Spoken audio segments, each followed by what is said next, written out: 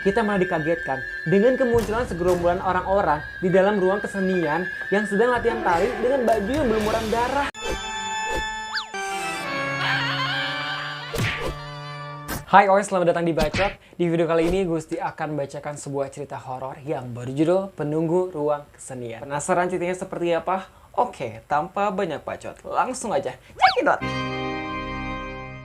Pukul 4 sore, aku, Dika, Nita, dan Lala berkumpul kembali di taman belakang kampus setelah kelas selesai. Baru saja kita semua menurut tas dan juga alat tulis.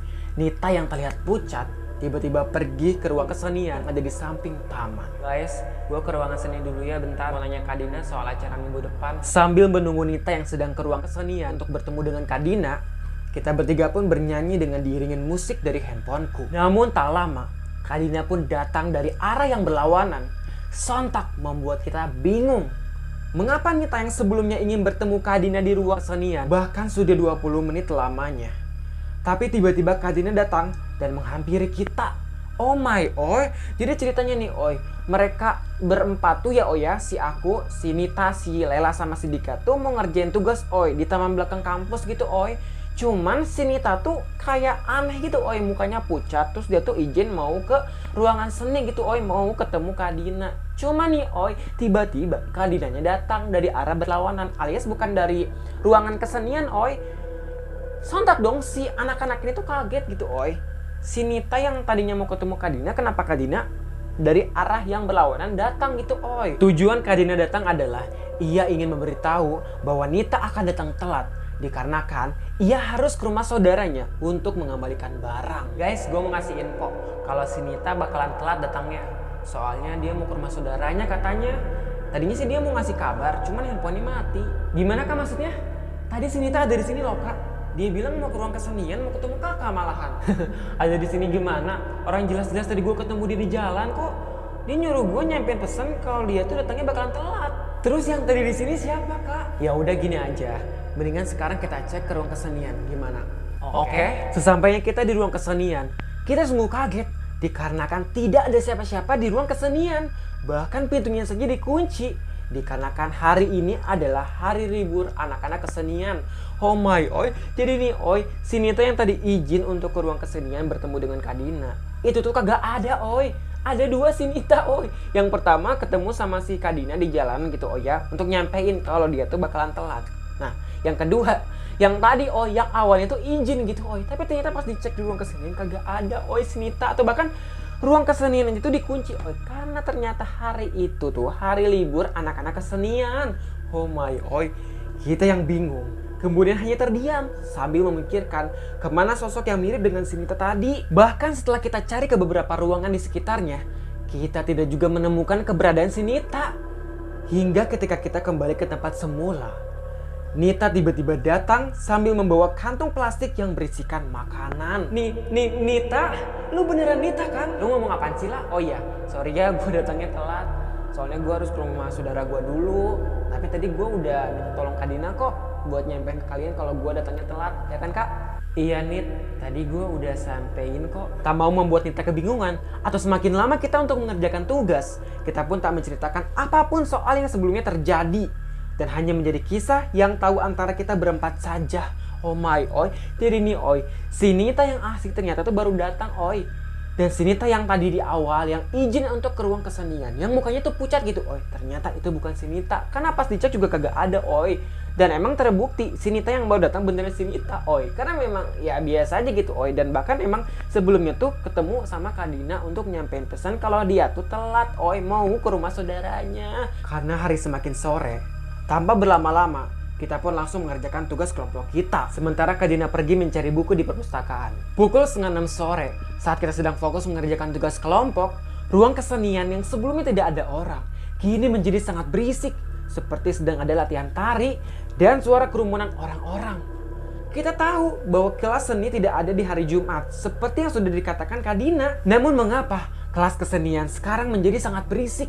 Oh my oi, kelas kesenian yang sebelumnya tuh kagak ada orang gitu oi ya, kagak ada aktivitas. Karena seperti yang Kak Dinda bilang tuh libur gitu oi. Tapi tiba-tiba mereka tuh ngedenger kayak lagi ada yang latihan nari sama suara kerumunan orang gitu oi.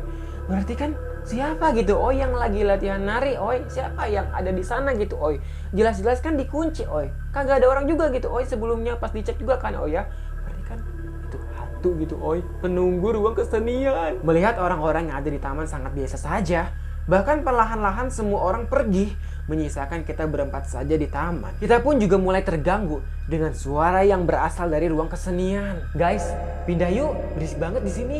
Pindah kemana nih?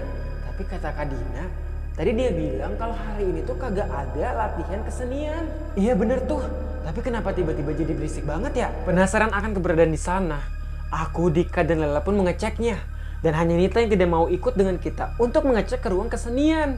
Lantaran ia tidak percaya atas apa yang telah terjadi.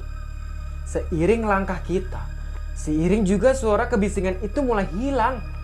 Dan ketika kita sudah menempatkan kaki di depan ruang kesenian, suara itu benar-benar hilang juga. Kita tidak melihat ada siapapun di dalamnya. Dan bahkan pintunya saja masih tetap dikunci seperti sebelumnya. Oh my oi. Jadi nih oi, ketika mereka tuh ngedengar keberisikan di ruang kesenian, mereka tuh coba untuk ngecek gitu oi ya. Tapi seiring dengan langkah kaki mereka, seiring pula suara musiknya tiba-tiba saja menghilang, oi. Dan kagak ada orang di dalam ruang kesenian, oh my oi. Jadi yang mereka dengar tuh musiknya dari mana? Dan jelas oi, mereka tuh ngedengar itu musik ya dari ruang kesenian gitu oi. Karena memang namanya juga ruang kesenian gitu oi. Kagak mungkin ya ruang kesenian tempat orang untuk main bola basket gitu oi. Karena jelas kan ya ruang kesenian ya pasti ketika orang bermain musik ngedengar suara yang lagi latihan nari ya pasti berasal dari ruang kesenian. Tapi kagak ada orang oi di dalamnya dan pintunya pun masih tetap dikunci. Oh my oi. Saat kita ingin kembali ke tempat, kita melihat Nita sedang berbicara dengan seseorang, namun tidak ada wujudnya. Merasa itu sangat aneh, kita pun langsung berlari dan bertanya kepada Nita. Nit, lu ngomong sama siapa? Gak tahu gue juga dia siapa. Tiba-tiba aja dia datang terus nanya di mana ruang kesenian. Pas gua tunjukin tuh ruang kesenian, tuh cewek tiba-tiba aja ngilang. Serius lu Nit?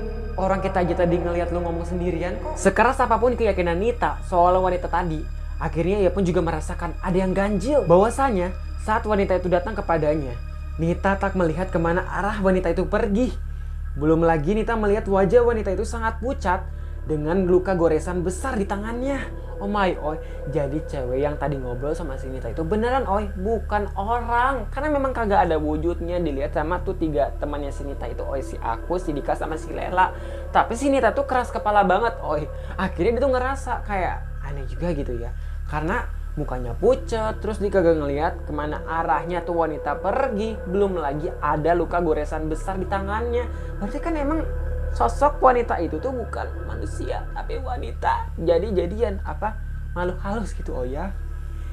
Merasa ada yang tidak beres dengan apa yang kita alami, kita pun memutuskan untuk segera mencari tempat lain. Namun baru saja kita selesai membereskan barang-barang kita, tiba-tiba ruang kesenian kembali berisik. Kita yang sudah terlanjur takut lantas menghiraukannya saja.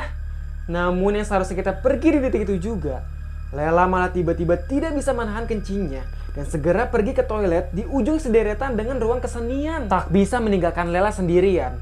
Kemudian kita pergi bersama-sama mengantarkan Lela ke toilet.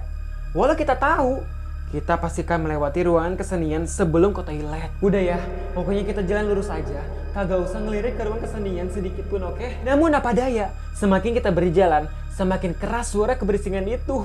Ditambah, tiba-tiba pintu ruang kesenian terbuka dengan sendirinya. Alih-alih kita berjalan lurus, kita malah dikagetkan dengan kemunculan segerombolan orang-orang di dalam ruang kesenian yang sedang latihan tari dengan baju yang berlumuran darah. Merasa tak tahan lagi, Lela pun langsung lari terbirit-birit ke toilet.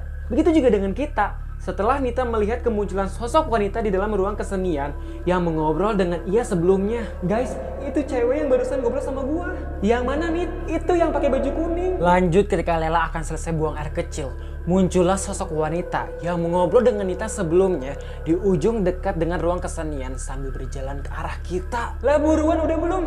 Cewek itu datang ke sini. Iya ini udah kelar. Baru saja Lela keluar dari kamar mandi, sosok wanita itu yang sebelumnya berjalan ke arah kita tiba-tiba saja menghilang. Oh my oi, sosok wanita yang dilihat si Nita sebelumnya yang berjalan ke arah mereka gitu oh ya. Ketika mereka tuh di depan kamar mandi nungguin si Lela, tiba-tiba menghilang ketika si Lela keluar dari kamar mandi. Oh my oi, tak mau menghabiskan waktu terlalu lama di depan toilet, Kita pun langsung pergi dan mencari tempat yang lebih ramai. Seiring waktu hingga kita lulus, kita tak pernah lagi mengerjakan tugas di taman belakang kampus atau bahkan sekedar menongkrong. Yang jelas, kita tetap merahasiakan kejadian itu kepada semua orang. Dan hanya kita berlima termasuk Kak Dina saja yang tahu akan kejadian itu. Oh my oi. Dan begitulah ceritanya. Oh my oi. Horor juga gitu oh ya. Mereka lagi fokus-fokusnya, lagi asik-asiknya ngerjain tugas, digangguin sama penghuni ruang kesenian. Ini dari awal mereka datang aja udah digangguin gitu oh ya sama hantu yang berubah wujud menjadi si Nita. Karena ternyata si Nita yang asli itu lagi ke rumah saudaranya gitu oi. Berarti yang tadi awal datang sama si Nita tuh si Nita sama si aku, si Dika sama si Lala tuh bukan si Nika gitu, si Nika. Bukan si Nita oi. Ini belibet banget ini ngomong. Bukan si Nita oi, hantu gitu oi. Ini awalnya aja tuh udah digangguin gitu oh ya. Seiring berjalan, seiring mereka mengerjain tugas, mereka digangguin terus gini. Ini nggak tahu juga nih oh ya tugasnya udah kelar apa belum. Kayaknya belum deh. Terakhir kan mereka mau mencari tempat gitu oh ya. Kagak kelar oh ya.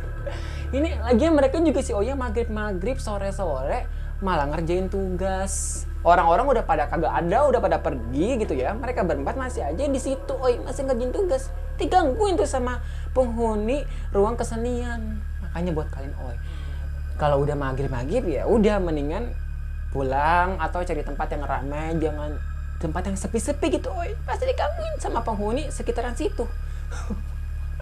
Dan begitulah ceritanya oh ya. Oke deh, sampai di sini aja. Gue sih bakal balik lagi dengan cerita-cerita horor lainnya. Buat kalian yang suka dengan cerita horor, bacain aja nih baca cerita horor. Terima kasih, sampai jumpa, bye. Ini kayaknya gue sih kagak boleh lagi oi ngerjain tugas di belakang rumah. Kok di belakang rumah? Di belakang taman kampus. Tapi kan gue sih kagak kuliah. Bodoh amat ah. Jangan keluar maghrib-maghrib.